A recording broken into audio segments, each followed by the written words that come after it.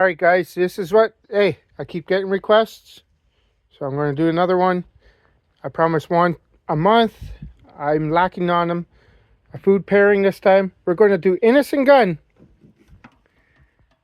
and some ribs. I'm going to let you know if Innis and Gunn is any good to drink as a drink sitting beside ribs or this or that. And I have Mr. Pirate here. It's not Peanut.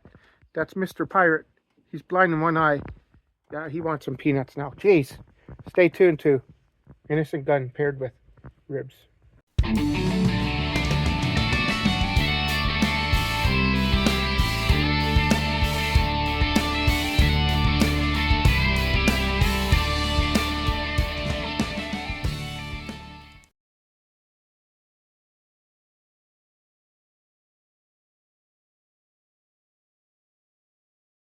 All right, guys. You guys asked. It's time. Don't they look good? These were actually pre-freezered. So leftover ribs, we usually put them in the freezer. And then I eat them at a different time, just like today. Don't those look good? We'll be back when I open up an Innis and Gunn. All right, guys, you asked. Here we go. Innis and Gunn. Get this quite often. This is the original. I'm looking for I think it's casked in tequila casks or whatever. I'm looking for that. It hit the LCBO. So I'm going to get that one eventually for a review. But this is made with hints of vanilla, toffee, and oak, aged 51 days. This is original in the glass, of course. Let's pour it. Let's have a sip. Let's start. Let's see if Innis and Gunn is good with beer or with ribs, or it could be good with anything. But I have I'm thinking, to be honest, I'm thinking this. Grab some paper towels because I know I'm going to need it. This is going to be maybe too strong for food. I'm just saying because there is a strong hint of stuff. Let's get into this. Cheers. See, you could smell. I think it's whiskey, isn't it? Is it golden? I think it's whiskey. I could be wrong. 6.6% alcohol. Yeah, single malt whiskey cask matured. So let's get into this. Cheers. I said, you can. It's a fantastic. I love Innis and Gunn. It's got that whiskey taste to it, but it's got that stronger taste to it. Let's get into this. Let's get into the ribs and see what we got. Here's some ribs right here. Look at that. No,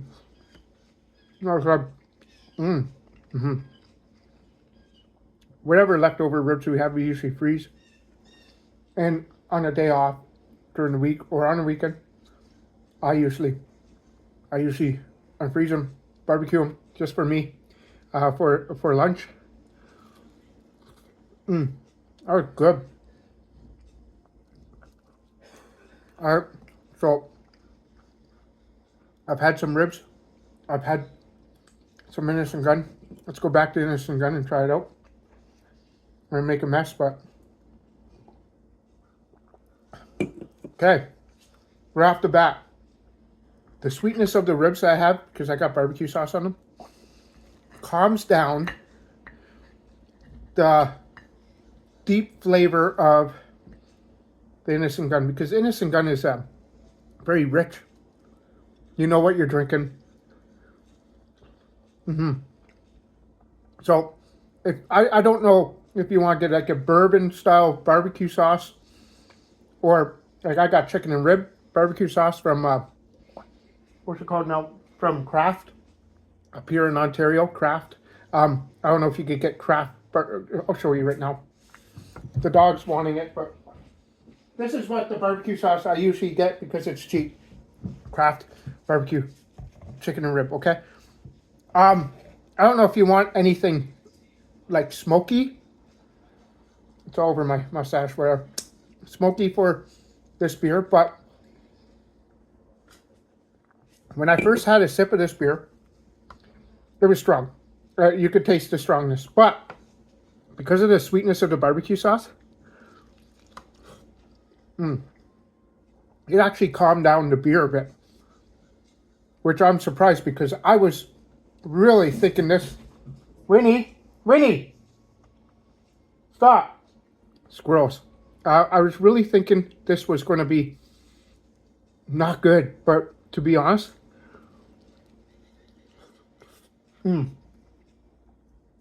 this pairs well with Innis and Gunn. Very well. I'm very surprised. The sweetness of barbecue sauce is like, don't worry about my hands, they're dirty. I don't want to dirty up the glass, but that's good. That's really good. Wow, it just calmed down that beer. I could do this more often with Innis and Gunn. Hey, Peanut, hold on. All right, sorry guys. The squirrel came by and was literally right there at the screen and freaking out my Winnie, my cat. So I want to say this right now. This is a hit. If you could get Innis and Gunn and some sweet barbecue sauce on your ribs, your chicken wings maybe, it's a hit. Don't go with, I don't think, see, I should have done a double. I should have done like a smoky barbecue sauce. Because I think the smoky barbecue sauce will render the beer, make it a little bit more enjoyable. But as this being, right now I haven't had some ribs in about, I don't know, 2 minutes since I'm dealing with a squirrel. My Peanut. Now I could taste the whiskey again. So let's try this one more time. More ribs. Okay.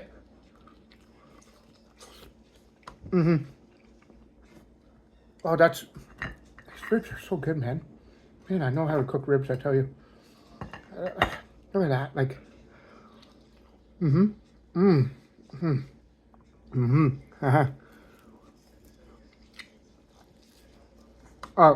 So let's go back here and I'll give you a rating. All right. Yes. Because you still get a little bit of whiskey. This is good. This is good. If you want to pair a beer with some sweet baby back ribs, sweet back ribs, whatever you want to call them, get yourself an Innis and Gunn. This is really good. I'm going to say 8, 7 out of 10. I would rather drink this beer with these ribs than drink the beer on its own. Does that tell you much? Yeah. That is good. Oh my God. I always say try something different. This is damn tasty. One more. Hear Blue Jays now? The Blue Jays want to. Oh yeah. Oh. That just compliments. Perfect. I was worried about this one. I'm not worried about it anymore. I know where I'm going. Next time I have ribs, just getting a couple Innis and Gunns. They go good with sweet ribs.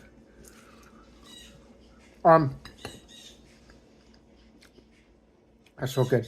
I always say try something different. Be kind to your neighbors. And get yourself an Innis and Gunn, the original one. I haven't done the tequila one yet. I'm going to get that eventually. With some sweet ribs. Cheers, everyone.